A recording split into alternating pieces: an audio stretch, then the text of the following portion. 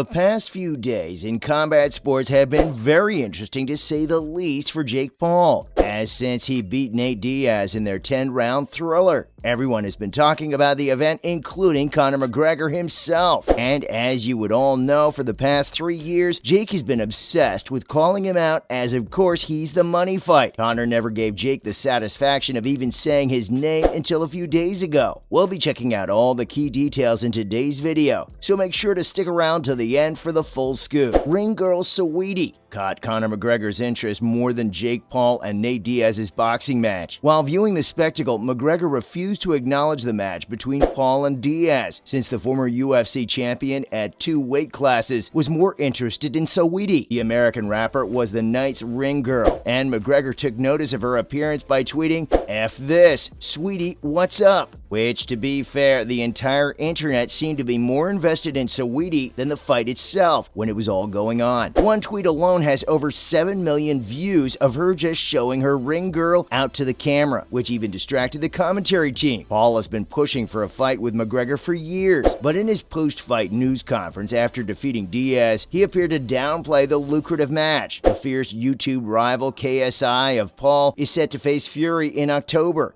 and the problem child wants to face Diaz again in MMA and exact revenge for his defeat at the hands of Fury. Conor McGregor actually tweeted, he didn't say anything about your performance, but he did insinuate he was watching because he made a comment to Sweetie.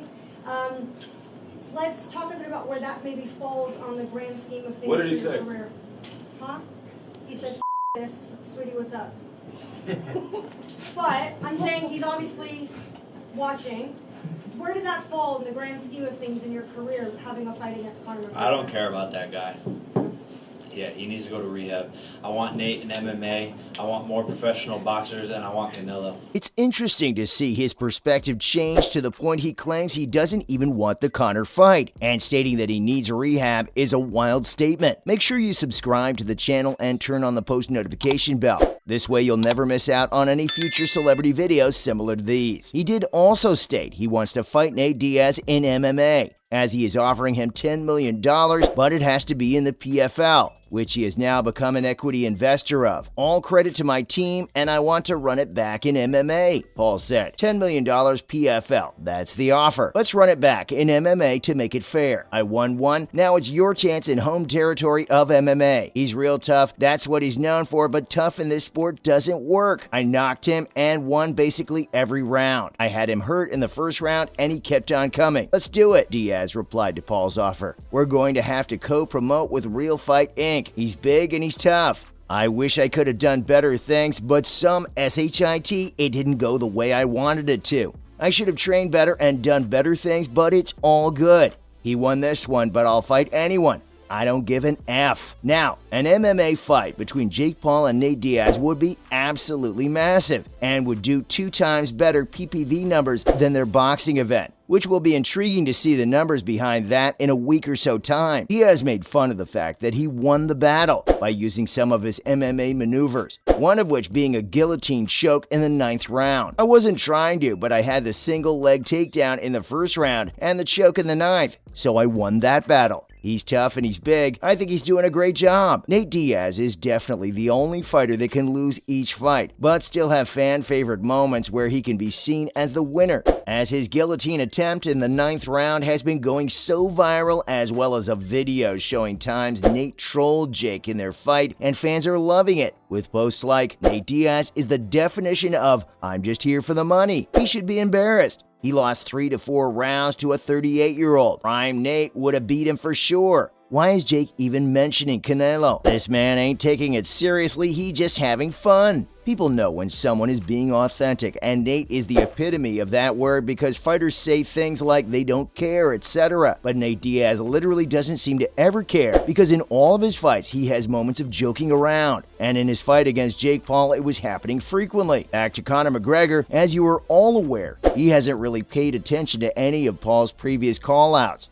but he was forced to retract those statements after believing Diaz would defeat the YouTuber. I fancy Diaz for it, to be honest. The man's a bit windy. The other cat's a bit windy. He's a donkey. The guy's a donkey, but the donkey has a kick as well. So you just got to be worried about that. Conor McGregor is known for many things, and one of his more comedic traits would be his deleted tweets. It's been a theme of his for many years now, and the same happened with some posts targeted at Jake Paul. I'm going to serve up your liver on a sandwich in the trilogy M8. Out straight. I won't even hit your face. That was abysmal last night. All is an retard. Absolute garbage he is. Moving backwards like I was watching a fight in rewind. Holy garbage. Embarrassing stuff all around IMO. Hashtag PISS. One thing about Conor McGregor, no matter how long he stays out of the game now, he talks his way into millions of PPVs, which is something literally no one can or has done in the past. As recently, his Ultimate Fighter show with Chandler has been going on, and it now appears he might not even fight him. And it could be just engaging next. Jake the Snake Roberts. Ha ha ha. Hashtag RETARD, boxing for RETARDS. Hashtag Jake Paul is a baldy wigger. You already know he was off the proper 12 when posting that out. And once Jake saw the reply Conor gave, he put out, "Buddy, you need to get into rehab and then USADA. Until then, shut the F up. Floyd toyed with you. Dustin chinned you up. Habib and Nate choked you out. And I would put you in the coffin for good, even as juiced up as you are." Who do you guys honestly think would win in a boxing fight between Jake Paul and Conor McGregor if they were to fight at a catchweight? As I think it would be a lot closer than most people think, comment below. Before the fight with Jake Paul, Nate Diaz stated that he wasn't a fighter and he would get beaten down for all the disrespect he had shown towards UFC fighters. And in his post-fight press conference, he paid him his respects. Thursday, that this young man wasn't a real fighter. How has your opinion changed after 30 minutes of scrap? Yeah, he's for sure my fight mentality. He does. I knew that already. He's just not. That wasn't a full contact fight. So.